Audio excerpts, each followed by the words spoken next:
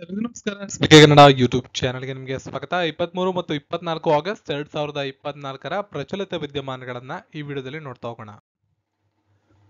ಕಳೆದ 19 ತಿಂಗಳ ಪ್ರಚಲಿತ ವಿದ್ಯಮಾನಗಳು 2023ರಿಂದ 2024ರ ಜುಲೈ ತನಕ 19 ತಿಂಗಳ ನೋಟ್ಸ್ ಬೇಕು ಅಂದ್ರೆ ವಿತ್ ಡೀಟೇಲ್ ಎಕ್ಸ್ಪ್ಲನೇಷನ್ ಕನ್ನಡದಲ್ಲಿ MCQ ರೂಪದಲ್ಲಿ ವಿತ್ ಡೀಟೇಲ್ ಎಕ್ಸ್ಪ್ಲನೇಷನ್ ಇರುತ್ತೆ. ಪ್ರತಿಯೊಂದು ಕ್ವಶನ್ಸ್ಗೂ 150 ಆಗುತ್ತೆ. 813 ಪುಟಗಳಿದೆ.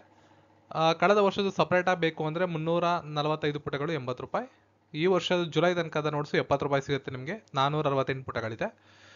ಇಲ್ಲಿ ಕಾಣುವಂಥ QR ಕೋಡ್ಗೆ ಸ್ಕ್ಯಾನ್ ಮಾಡಿ ಪೇಮೆಂಟನ್ನು ಮಾಡಿ SBK1857@gmail.comಗೆ ಸೆಂಡ್ ಮಾಡಿದ್ರೆ ನಿಮಗೆ ಸಾಫ್ಟ್ ಕಾಪಿಯನ್ನು ಕಳಿಸ್ಕೊಡ್ಲಾಗುತ್ತೆ ಇಮೇಲ್ ಮೂಲಕ. ಈ ಕೆಳಕಂಡವುಗಳಲ್ಲಿ ಯಾವುದು ಕುಬ್ಜ ಗ್ರಹವಾಗಿದೆ? Important question. ಸರಿಯಾದ ಉತ್ತರ ಪ್ಲೂಟೋ. ಅಧಿಕೃತವಾಗಿ ಗುರುತಿಸಲ್ಪಟ್ಟಿರುವ 5 ಕುಬ್ಜ ಗ್ರಹಗಳು ಯಾವ್ಯಾವುದು ಅಂತ ನಿಮಗೆ ಗೊತ್ತಿರಬೇಕಾಗತ್ತೆ. ಮೊದಲನೇದಾಗಿ ಪ್ಲೂಟೋ, ಸೇರಸ್, ಏರಿಸ್, ಹೈಮಿಯಾ ಮತ್ತು ಮೆಕ್ಷಕ್. ಇವು 5 ಕೂಡ ವಿಜ್ಞಾನಿಗಳು ಅಧಿಕೃತವಾಗಿ ಗುರುತಿಸಲ್ಪಟ್ಟಿರುವ 5 ಕುಬ್ಜ ಗ್ರಹಗಳು. ಇದ್ರ ಜೊತೆ ತಾತ್ಕಾಲಿಕವಾಗಿ 2007ರಲ್ಲಿ LS10 ಎಂದು ಗೊತ್ತುಪಡಿಸಿದ 6ನೇ ಕುಬ್ಜ ಗ್ರಹವನ್ನ ಸೇರಿಸಿದಂತೆ ಅನೇಕ ಕುಬ್ಜ ಗ್ರಹಗಳು ಎನಿಸಿಕೊಂಡಿರುವಂಥ ಆಕಾಶಕಾಯಗಳನ್ನು ನಾವು ನೋಡ್ಬೋದಾಗಿರ್ತದೆ. ಇವು 5 ಅಧಿಕೃತ ಮತ್ತು 2007ರಲ್ಲಿ ಒಂದನ್ನು ಸೇರಿಸಲಾಗಿದೆ LS10 ಅಂತ. ಇಷ್ಟು ನಿಮಗೆ ಗೊತ್ತಿರಬೇಕು. ಇವತ್ತು ಪ್ಲೂಟೋ ಗ್ರಹದ ಬಗ್ಗೆ ಯಾಕೆ ಮಾತಾಡ್ತಿದ್ದೀವಿ ಅಂದರೆ ಐತಿಹಾಸಿಕ ಹಿನ್ನೆಲೆ ಇದೆ. ಆಗಸ್ಟ್ 24ರಂದು ಪ್ಲೂಟೋ ಗ್ರಹವನ್ನ ಗ್ರಹದ ಸ್ಥಾನಮಾನದಿಂದ ತನ್ನ ಗ್ರಹದ ಸ್ಥಾನಮಾನವನ್ನು ಕಳೆದುಕೊಂಡಂಥ ದಿನ ಇದು. ಅದ್ರ ಬಗ್ಗೆ ಒಂದಿಷ್ಟು ಮಾಹಿತಿಯನ್ನು ಇವಾಗ ನೋಡೋಣ. ಪ್ಲೂಟೋ ಕುಬ್ಜ ಗ್ರಹದ ಸ್ಥಿತಿಗೆ ಇಳಿದು ಇಂದಿಗೆ 18 ವರ್ಷಗಳು ಕಳೆದಿವೆ. ಸೌರಮಂಡಲದ ಗ್ರಹಗಳು ಯಾವುದು ಅಂತ ಹೇಳಿದ್ರೆ ನಾವು ಭೂಮಿ, ಮಂಗಳ, ಶುಕ್ರ, ಬುಧ, ಗುರು, ಶನಿ, ಯುರೇನಸ್, ನೆಪ್ಚೂನ್, ಪ್ಲೂಟೋ ಅಂತ 9 ಗ್ರಹಗಳನ್ನ ಹೇಳ್ತಾ ಇದ್ವಿ ಪ್ರಾರಂಭದ ಹಂತದಲ್ಲಿ. ಬಟ್ ಅನ್ಫಾರ್ಚುನೇಟ್ಲಿ ಆಗಸ್ಟ್ 24, 2006ರಂದು ಪ್ಲೂಟೋ ಗ್ರಹವನ್ನ ಗ್ರಹಗಳ ಪಟ್ಟಿಯಿಂದ ಕೈಬಿಟ್ಟು ಕುಬ್ಜ ಗ್ರಹ ಅಂತ ಅದನ್ನ ನಾಮಕರಣ ಮಾಡಲಾಯಿತು. ಅದು ಆ ಪಟ್ಟಿಗೆ ಸೇರಿಸಲಾಯಿತು. 2006ರ ಅಂತಾರಾಷ್ಟ್ರೀಯ ಖಗೋಳ ಒಕ್ಕೂಟ ಪ್ಲೂಟೋವನ್ನು ಗ್ರಹಗಳ ಸ್ಥಾನದಿಂದ ಕೆಳಗಿಳಿಸಿ ಅದನ್ನ ಕುಬ್ಜ ಗ್ರಹ ಅಂತ ವರ್ಗೀಕರಣ ಮಾಡ್ತು. ಯಾಕೆ ಕೈಬಿಟ್ರು ಅಂದ್ರೆ ಪ್ಲೂಟೋ ಸಂಪೂರ್ಣ ಗ್ರಹವೂ ಅಲ್ಲದೆ ನಕ್ಷತ್ರವೂ ಅಲ್ಲದೆ ಇರುವುದರಿಂದ ಅದನ್ನ ಕುಬ್ಜ ಗ್ರಹ ಅಂತ ಪರಿಗಣಿಸಲಾಗಿದೆ ಅಂತ ಅಂತಾರಾಷ್ಟ್ರೀಯ ಖಗೋಳ ಒಕ್ಕೂಟ ಮಾಹಿತಿಯನ್ನು ಹಂಚಿಕೊಳ್ತು. ಪ್ಲೂಟೋದ ಗಾತ್ರ, ಗುರುತ್ವ ಬಲ ಮತ್ತು ಇತರ ಅಂಶಗಳನ್ನು ಪರಿಗಣಿಸಿ ಅದನ್ನು ಗ್ರಹ ವ್ಯವಸ್ಥೆಯಿಂದ ಹೊರಗೆ ಇಡಲಾಗಿದೆ. ಅಂತಾರಾಷ್ಟ್ರೀಯ ಖಗೋಳ ಒಕ್ಕೂಟದ ಹೊಸ ವ್ಯಾಖ್ಯಾನದ ಪ್ರಕಾರ ಆಕಾಶಕಾಯವೊಂದು ಗ್ರಹವೆಂದು ಪರಿಗಣಿಸಲು 3 ಮುಖ್ಯ ಮಾನದಂಡಗಳನ್ನು ಹೇಳ್ತಾರೆ. ಮಾನದಂಡಗಳೇನೇನು ಅಂದರೆ ಸೂರ್ಯನ ಸುತ್ತ ಕಕ್ಷೆಯಲ್ಲಿ ಪರಿಭ್ರಮಿಸಬೇಕು, ಕಕ್ಷಾ ವಲಯದ ಆಸುಪಾಸಿನ ಆಕಾಶಕಾಯಗಳನ್ನು ನಿಯಂತ್ರಣದಲ್ಲಿಟ್ಟುಕೊಳ್ಳಲು ಸ್ವಯಂ ಗುರುತ್ವಾಕರ್ಷಣೆಗೆ ಸಾಕಷ್ಟು ದ್ರವ್ಯರಾಶಿಯನ್ನು ಹೊಂದಿರುತ್ತದೆ, ಇದರಿಂದಾಗಿ ಹೈಡ್ರೋಸ್ಟಾಟಿಕ್ ಸಮತೋಲನವನ್ನು ನಿರ್ವಹಿಸಬೇಕು. ಇನ್ನು ಮೂರನೇದು ತನ್ನ ಕಕ್ಷೆಯ ಸುತ್ತಲಿನ ನೆರೆಹೊರೆಯಲ್ಲಿ ಇತರೆ ಯಾವುದೇ ಪ್ರಬಲ ಆಕಾಶಕಾಯಗಳನ್ನು ಹೊಂದಿರಬಾರದು. ಇವು 3 ಮಾನದಂಡಗಳನ್ನು ನಿಗದಿಪಡಿಸಲಾಗಿದೆ. ಹಾಗಾಗಿ ಆಗಸ್ಟ್ 24, 2006ರಂದು ಪ್ಲೂಟೋ ಗ್ರಹವನ್ನ ಗ್ರಹದ ಸ್ಥಾನಮಾನದಿಂದ ಇಳಿಸಿ ಕುಬ್ಜ ಗ್ರಹ ಅಂತ ನಾಮಕರಣ ಮಾಡಲಾಯಿತು. ಇತ್ತೀಚೆಗೆ ಸುದ್ದಿಯಲ್ಲಿದ್ದ ಮಹದಾಯಿ ನದಿ ಯಾವ ಜಿಲ್ಲೆಯಲ್ಲಿ ಹುಟ್ಟುತ್ತದೆ? ಸರಿಯಾದ ಉತ್ತರ ಬೆಳಗಾವಿ. ಮಹದಾಯಿ ಜಲವಿವಾದ ಕುರಿತು ಇನ್ನಷ್ಟು ವರದಿ ಸಲ್ಲಿಸಬೇಕಾಗಿದ್ದು, ಈ ಸಂಬಂಧ ಮಹದಾಯಿ ನ್ಯಾಯಮಂಡಳಿಗೆ 6 ತಿಂಗಳವರೆಗೆ ಅವಧಿಯನ್ನ ವಿಸ್ತಾರ ಮಾಡಲಾಗಿದೆ. ಈ ಅವಧಿ ಆಗಸ್ಟ್ 20ರಿಂದಲೇ ಅನ್ವಯವಾಗುತ್ತೆ. ಮಂಡಳಿ ಇನ್ನೂ ಹೆಚ್ಚಿನ ವರದಿ ನೀಡಲು ಕಾಲಾವಕಾಶ ಕೋರಿ ಜಲಶಕ್ತಿ ಸಚಿವಾಲಯಕ್ಕೆ ಮನವಿಯನ್ನ ಸಲ್ಲಿಕೆ ಮಾಡಿತ್ತು. ಈ ಹಿನ್ನೆಲೆಯಲ್ಲಿ ಸಚಿವಾಲಯ ಅವಧಿಯನ್ನು ವಿಸ್ತರಿಸಿ ಅಧಿಸೂಚನೆಯನ್ನು ಪ್ರಕಟಿಸಿದೆ. ಈ ಹಿನ್ನೆಲೆಯಲ್ಲಿ ಮಹದಾಯಿ ನದಿಯ ಕುರಿತು ಒಂದಿಷ್ಟು ಮಾಹಿತಿಯನ್ನು ಇವಾಗ ನೋಡ್ತಾ ಹೋಗೋಣ ಮುಂಬರುವ ಸ್ಪರ್ಧಾತ್ಮಕ ದೃಷ್ಟಿಕೋನದಿಂದ.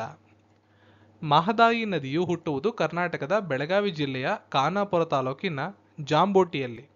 ಕನ್ನಡಿಗರು ಇದನ್ನ ಮಹದಾಯಿ ನದಿ ಅಂತ ಕರೆದ್ರೆ ಗೋವಾದಲ್ಲಿ ಮಾಂಡೋವಿ ಅಂತ ಕರೀತಾರೆ. ರಾಜ್ಯದಲ್ಲಿ ಹುಟ್ಟಿದರೂ ಕೂಡ ಗೋವಾದಲ್ಲಿ ಹೆಚ್ಚು ಹರಿಯುವುದರಿಂದ ಇದು ಗೋವಾ ರಾಜ್ಯದ ಜೀವನದಿಯಾಗಿದೆ.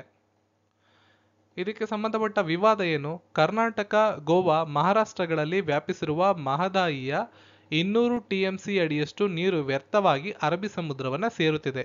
ಹೀಗಾಗಿ ಮಹದಾಯಿ ನದಿಯ ಒಂದಿಷ್ಟು ನೀರು ಮಲಪ್ರಭಾ ನದಿಗೆ ಸೇರುವಂತೆ ಮಾಡಿದರೆ ಹುಬ್ಬಳ್ಳಿ ಧಾರವಾಡ ಜನತೆಯ ಕುಡಿಯುವ ನೀರಿನ ಸಮಸ್ಯೆಗೆ ಶಾಶ್ವತ ಪರಿಹಾರ ಕಲ್ಪಿಸಬಹುದೆಂದು ಎನ್ನುವುದು ಕರ್ನಾಟಕ ಸರ್ಕಾರದ ಉದ್ದೇಶವಾಗಿದೆ ಅಥವಾ ಕರ್ನಾಟಕ ರಾಜ್ಯದ ಉದ್ದೇಶವಾಗಿದೆ. ಮಹದಾಯಿಯಿಂದ ಮಲಪ್ರಭಾಕ್ಕೆ ನೀರು ಹರಿಸುವ ಯೋಜನೆಯೇ ಕಳಸಾ ಮತ್ತು ಬಂಡೂರಿ ನಾಲಾ ಯೋಜನೆಯಾಗಿದೆ. ಮಹದಾಯಿ ಮಲಪ್ರಭಾ ನದಿಗಳ ನಡುವೆ ಹರಿಯುವ ಉಪನದಿಗಳೇ ಕಳಸಾ ಮತ್ತು ಬಂಡೂರಿಗಳಾಗಿವೆ. ಈ ಯೋಜನೆ ಜಾರಿಯಾದರೆ ರಾಜ್ಯದ ಬೆಳಗಾವಿ ಜಿಲ್ಲೆಯ ಸವದತ್ತಿ, ರಾಮದುರ್ಗ ತಾಲೂಕು, ಗದಗ ಜಿಲ್ಲೆಯ ಅನೇಕ ಪ್ರದೇಶಗಳಿಗೆ ಕುಡಿಯುವ ನೀರನ್ನು ಒದಗಿಸಬಹುದು. 1978ರಲ್ಲಿ ಸಿದ್ಧಗೊಂಡ ಯೋಜನೆಗೆ 2002ರಲ್ಲಿ ಕೇಂದ್ರ ಅನುಮತಿಯನ್ನ ನೀಡಿದೆ. ಆದರೆ ಇದಕ್ಕೆ ಗೋವಾ ತಗಾದೆಯನ್ನ ತೆರೆದಿರೋದ್ರಿಂದ ಇನ್ನು ಇದು ನೆನೆಗುಂದಿ ಬಿದ್ದಿದೆ. ಗೋವಾದ ತಗಾದೆ ಏನು? ಕರ್ನಾಟಕ ಸರ್ಕಾರ ಕುಡಿಯುವ ನೀರಿನ ನೆಪದಲ್ಲಿ ನೀರಾವರಿ ಯೋಜನೆಯ ಹುನ್ನಾರವನ್ನ ಮಾಡಿದೆ. ಮಹದಾಯಿ ನದಿ ನೀರಲ್ಲಿ ಕರ್ನಾಟಕಕ್ಕೆ 44.15 ಟಿಎಂಸಿ ಅಡಿ, ಗೋವಾಗೆ 147 ಟಿಎಂಸಿ ಅಡಿ, ಮಹಾರಾಷ್ಟ್ರಕ್ಕೆ 7.57 ಟಿಎಂಸಿ ಅಡಿ ನೀರು ಹಂಚಿಕೆಯಾಗಿದೆ. ಕೇಂದ್ರ ಜಲ ಆಯೋಗದ ಪ್ರಕಾರ ನಮ್ಮ ವ್ಯಾಪ್ತಿಯಲ್ಲಿ ಬರುವ 1.5 ಟಿಎಂಸಿ ಅಡಿ ನೀರನ್ನ ಕುಡಿಯಲು ಮತ್ತು ಕೈಗಾರಿಕೆಗೆ ಬಳಸಲು ಕರ್ನಾಟಕಕ್ಕೆ ಸಂಪೂರ್ಣ ಹಕ್ಕಿದೆ ಅನ್ನೋ ಮಾಹಿತಿಯನ್ನು ಕೊಟ್ಟಿದ್ದಾರೆ. ಆದರೆ ಗೋವಾ, ಹುಬ್ಬಳ್ಳಿ ಮತ್ತು ಧಾರವಾಡ ಜನರಿಗೆ ಕುಡಿಯುವ ನೀರಿನ ಸಮಸ್ಯೆ ಇಲ್ಲ. ಇದರ ಹೆಸರಲ್ಲಿ ಲಕ್ಷಾಂತರ ಹೆಕ್ಟರ್ ಪ್ರದೇಶಗಳಿಗೆ ನೀರುಣಿಸುವ ಯೋಜನೆ ಕರ್ನಾಟಕದ್ದು ಅಂತ ಆರೋಪ ಮಾಡ್ತಾ ಇದೆ.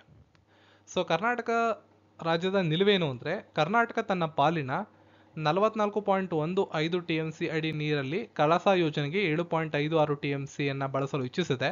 ಈಗಾಗಲೇ ಕಣಕುಂಬಿ ಬಳಿ ಕಳಸಾ ಯೋಜನಾ ವಿಭಾಗ ಕಾಮಗಾರಿಗೆ 198 ಕೋಟಿ ರೂಪಾಯಿಗಳನ್ನು ಬಿಡುಗಡೆ ಮಾಡಿ ಖರ್ಚು ಮಾಡಿದೆ. 5.15 ಕಿಲೋಮೀಟರ್ ಕಾಮಗಾರಿಯನ್ನು ಪೂರ್ಣಗೊಳಿಸಿದ್ದು ಇನ್ನು 120 ಮೀಟರ್ ಮಾತ್ರ ಉಳಿದಿದೆ. 2000 ಇಸ್ವಿಯಲ್ಲಿ ಆರಂಭವಾದ ಯೋಜನೆ ಗೋವಾ ಸರ್ಕಾರದ ಆಕ್ಷೇಪದಿಂದ ಈ ರೀತಿಯಾಗಿ ಕುಂಠಿತ ಸಾಗ್ತಾ ಇದೆ. ಇತ್ತೀಚೆಗೆ ರಾಮ್ಸರ್ ಪಟ್ಟಿಗೆ ಸೇರಿದ ನಂಜರಾಯನ್ ಪಕ್ಷಿಧಾಮ ಕೆಳಕಂಡ ಯಾವ ರಾಜ್ಯದಲ್ಲಿ ಕಂಡುಬರುತ್ತೆ? ಸರಿಯಾದ ಉತ್ತರ ತಮಿಳುನಾಡು.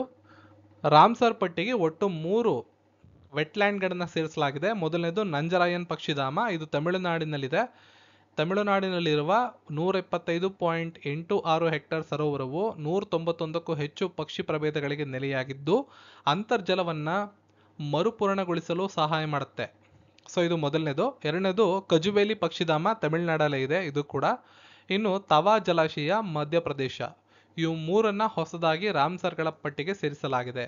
ಭಾರತ ತನ್ನ ರಾಮ್ಸರ್ ತಾಣಗಳಿಗೆ ಇನ್ನೂ 3 ಜೋಗು ಭೂಮಿಗಳು ಅಥವಾ ವೆಟ್ಲ್ಯಾಂಡ್ಸ್ ಅಂತ ಕರಿತೀವಿ ಅವುಗಳನ್ನು ಸೇರ್ಪಡೆ ಮಾಡಿದೆ. ಇದರೊಂದಿಗೆ ಅವುಗಳ ಒಟ್ಟು ಸಂಖ್ಯೆ 85ಕ್ಕೆ ಏರಿದೆ.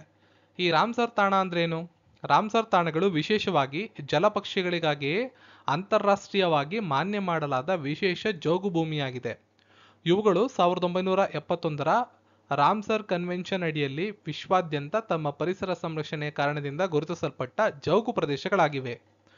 ಜಾಗತಿಕವಾಗಿ 2400ಕ್ಕೂ ಹೆಚ್ಚು ರಾಮ್ಸರ್ ತಾಣಗಳಿವೆ.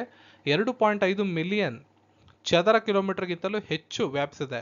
ಜೌಗು ಪ್ರದೇಶಗಳು ಭೂಮಿಯ ಮೇಲ್ಮೆಯಲ್ಲಿ ಕೇವಲ 6% ರಷ್ಟಿದ್ದರೂ ಸಹ ಅವು ಎಲ್ಲ ಸಸ್ಯ ಮತ್ತು 40% ಪ್ರಾಣಿ ಪ್ರಭೇದಗಳ ಸಂರಕ್ಷಣೆಯಲ್ಲಿ ಪ್ರಮುಖ ಪಾತ್ರವನ್ನು ವಹಿಸ್ತವೆ.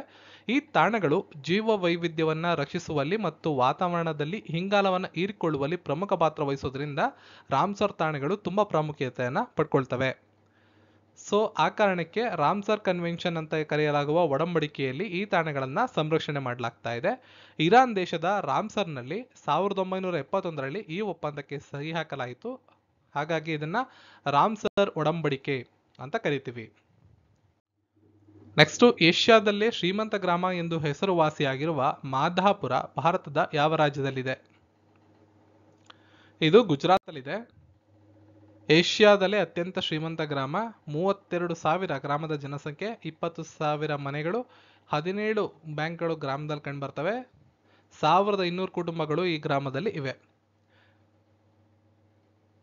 ಇದು ನಿಮಗೆ ಗೊತ್ತಿರಬೇಕು, ಗುಜರಾತ್ನಲ್ಲಿದೆ ಈ ಮಾಧಾಪುರ ಗ್ರಾಮ.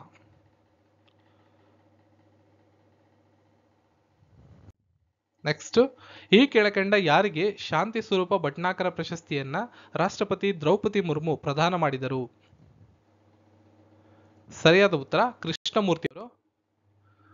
ಕಡೂರು ತಾಲೂಕು SL ಸರಸ್ವತಿಪುರ ಇದರ ಕೃಷಿ ವಿಜ್ಞಾನಿಗಳಾದ ಕೃಷ್ಣಮೂರ್ತಿ ಅವರಿಗೆ ಶಾಂತಿ ಸ್ವರೂಪ ಭಟ್ನಾಗರ ಯುವ ವಿಜ್ಞಾನಿ ಪ್ರಶಸ್ತಿಯನ್ನ ನೀಡಿ ಗೌರವಿಸಲಾಗಿದೆ. ಈ ಪುರಸ್ಕಾರವನ್ನು ಭಾರತದ ರಾಷ್ಟ್ರಪತಿಗಳು ಗುರುವಾರ ಪ್ರದಾನ ಮಾಡಿದ್ದಾರೆ. ಕೃಷ್ಣಮೂರ್ತಿಯವರು 16 ಭತ್ತದ ತಳಿಗಳನ್ನು ಅಭಿವೃದ್ಧಿಪಡಿಸಿದ್ದು, ಈ ಪ್ರಭೇದಗಳನ್ನು ಭಾರತದ 2 ದಶಲಕ್ಷ ಹೆಕ್ಟೇರ್ ಪ್ರದೇಶದಲ್ಲಿ ಬೆಳೆಯಲಾಗ್ತಾ ಇದೆ.